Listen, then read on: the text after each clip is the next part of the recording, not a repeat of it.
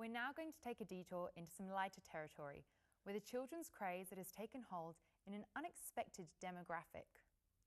The craze in question is a cartoon and toy line aimed at young girls. So what is the fan base in question? Let's take a look at this story by Daniel Ikobi and James Douglas. This is a movie theatre packed with people watching My Little Pony, a cartoon series about magic, friendship and colourful talking ponies. The show was first created in the 1980s as part of a toy line for little girls. But nowadays, a new demographic has emerged. Adults, over 20 years old, who have been fans since the new reboot in 2011.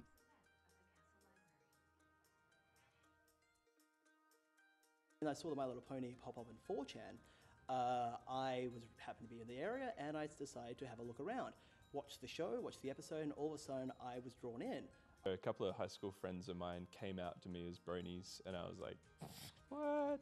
So I sort of ridiculed them at first, and then after a while they just kept pestering me, you should try the show, you should watch the show, you should see if you like it. So eventually I watched the first episode. I like to do things in order. The first episode's a two-parter, so I watched those two. And I was pleasantly surprised. Basically, my boyfriend was the one who was watching it. He was gaming at the time. I was on the computer typing and on Facebook, etc. And I'd shown this clip and he put down his game, which never happened, and was watching with me. And basically we had a conversation about how I was like this character. It was Twilight from Lesson Zero for anyone who's interested. We had a conversation about it and then we started watching some episodes and we talked to our friends about it who thought we were crazy and parents and all the rest of it. Generally, when I'm trying to explain what the hell the appeal of the show is to people who haven't seen it, we get a lot of responses. People like, you watch what? There are over 2 million bronies worldwide, each of them supporting the group in a number of different ways. Something about the show, and I think more about the community that's grown up around the show, it's just got this amazing drive and spark of creativity. I like to perform. I've done a lot of performances at PonyCon AU. I contribute to the fandom by basically planning meetups and making sure everyone's comfortable, making sure everything goes well. I love organising. So yes, I'm a Twilight Sparkle. I run the My Little Pony cinema events. So we rent out cinemas and we play My Little Pony for about 3 hours. It's usually fan-created material and we started off with 30 or so people. Last time we had 250. Though most bronies are very good-natured, there are many that give the community a bad name, which makes the fandom an easy target for ridicule. The vast majority of the time I'll find people will see a whole lot of grown men watching a My Little Pony show and laugh at it. That's what I do too. I'm more than aware of what I'm doing. I'm more than aware that this is a very silly fandom. Basically, people hate what they don't understand. You try to sort of explain things to people, but in the end, there's no point defending what you believe in, what you enjoy. I guess they just have all this baggage that they bring to their concept around the show. So right, My Little Pony, it's for girls, it's for young girls. So when they see old dudes into the show, particularly guys, but even older women, their first reaction is, that's wrong, like something is wrong. And I think it's really just not understanding it. Where it stops actually becoming funny is when they actually start to genuinely offend people. I have in my time experienced a few bronies who have had really nothing they've connected to in their life. Psychologically, they've had some problems, not necessarily with their own mind, but they've actually had some issues in lifestyle. Some of them will take it a little bit too far, and that's fine with me, but ultimately, usually we have to reel them back and say, hey, you have to hold back on what you're doing, you have to know what you're doing is a little bit weird and alternative, which is fine, but I will say this, every community has that. Every community I've ever seen has had those who take it a bit too far. I don't know if watching the show would help, because not everyone's going to be into the show, but meeting more bronies would probably help. And while it is a little strange that people amongst our generation of fans, it's created long-lasting friendships between a lot of different people, and so many of them put all their effort into creating memorable events and good times. It's just exploded in terms of how many friends I have and the trust and the really strong friendships that I've built. There's so many things that I could say that I would never have had if not for this fandom, which came from the show. The main awesome thing that it's done for me is to get me back into creative stuff, back into music, and back into creative writing. I've met my current boyfriend through the show, and I've met some of my current really good friends through the show. So on the surface, yeah, it's just a show, but like me personally, it's been a big change in my life.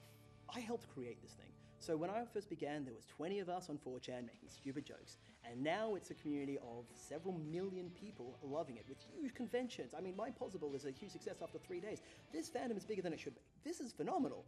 I want to see where this takes me. I want to see where it goes. Even if it crashes, even if it breaks nothing, I've seen it grow from nothing. I've seen it become something amazing. And I love it.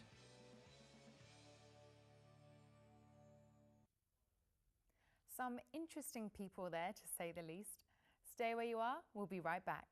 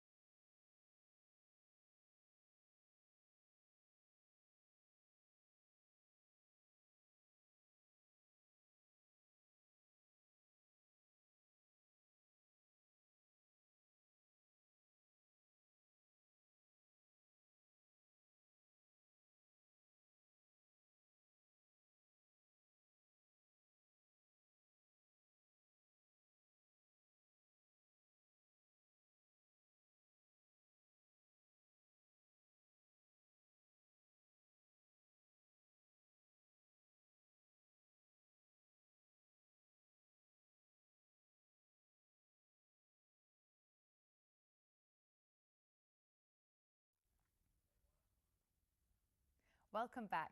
Our final story tonight takes a look at a little thought of consequence to the new lockout laws in the Sydney CBD. With the government busy claiming success in reducing alcohol-fueled violence, we thought it's time someone asked, what about the music? This report was produced by Michael Thompson. It's too early for people to see it yet, but I guarantee in a few years you'll see that it's actually doing more damage than good as far as the culture of the city is concerned. I think for a lot of Australian musicians it's already quite tough enough as it is. The licensed venues and the live music industry is not to blame, and we're the ones that are suffering. You know, that's why we don't book a lot of our gigs in Sydney anymore, and it's upsetting for a lot of people that do like to listen to music in Sydney and go out and enjoy music. It's just too tough. I think it's hard enough to run a live music venue in Sydney as it is compared to a place like Melbourne. Even though we've got a lot of musicians here who are dying to get a foot in the door, so to speak, of the industry, there's just not enough live music venues. There's certain areas in the city, sure, they were having problems, but maybe they were having problems because of the entertainment. King's Cross and the city, George Street, there were areas in my view that were neglected, that have been neglected. You're turning it into a nightclub area that's just there for people to go and have a drink and that's it. The focus is on alcohol. The focus here is on entertainment and art. There's a lot of dual purpose venues, and I think it means that in their budget as a business, if their profit is significantly decreased, then live music is going to be one of the things that goes first. With the lockout coming into place and coming into play, that has definitely affected my late night economy. The DJs have lost hours, the security firm has lost hours, the staff have lost hours. And it's going to affect the musicians because bars aren't going to be able to afford to pay musicians, and it's not going to stop fights. And I can see how Good God and Basement would be effective as well. And what people need to realise is that live music is not a big money earner for anyone. It's a very hard road for even the bands and the record labels and everyone involved. The profit margins are tiny compared to what you can do off a nightclub. I feel like a lot of venues will turn around and say, hey, look, it's just not worth it. I don't think our revenue stream is anywhere near as great as some of the nightclubs around Sydney. So for us to be lumped into the same bag as other venues is unfair. If people are going to take pills and fight, or take whatever drugs and fight, or drink, however much alcohol, if you're going to send them home at 1:30, that just means they're going to start doing it at 8:30 instead of at 10:30. It doesn't solve any problems in my view. It's kind of like chemotherapy. It's like you're not really focusing on those cells that are causing the cancer. You're focusing on the whole body with this lockout. So you're killing the body quicker than anything else. You're killing that city, the culture, and that's what I'm worried about. We're being treated like children. And I do think that some people act like children, and I think that those people have spurred on this like totalitarian backlash and of restricting us. Venues like Oxford Art Factory and the smaller than us even, are very necessary insofar as giving a voice to those bands that otherwise wouldn't be able to afford to do it. A band very rarely can go to a larger size venue overnight. It takes a bit of work and it takes a lot of exposure to people. And it's an important part of anyone making it anywhere in the industry is networking, just like any other industry. And I don't know if you've ever been to a gig, but right after a gig finishes, you're not going to go straight home to bed. You want to... That's when we start. That's when our night starts. That's when work's over. Other venues around the CBD are very important for the live music industry. Surrey Hills, Darlinghurst was an area that was actually going through a renaissance, and we should have held that up and said, okay, Surrey Hills, Darlinghurst is actually doing a really good thing here. We've seen a drop of 50%. There's got to be a reason for this, folks. Why is there a drop in violence in this area? Well, maybe it's because there's culturally significant activity going on there. Because the kind of people that come to watch a band usually are not the kind of people that are, pumped up on steroids and God knows what else, other drugs and stuff, and then mix that with alcohol as well. The late night economy that we were creating was a safe economy, and maybe people need to look at this as being the answer to a lot of the problems that we've got with violence.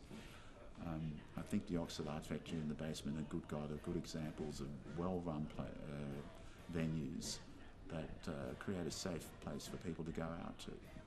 Maybe we could build our own stadium, and we could stay open all night. And and all the cool cats can stay in the stadium, just listen to rock and roll and have fun times 24/7, instead of being associated with knobs. Maybe we could do that and just be funded for it. Come on, Australia.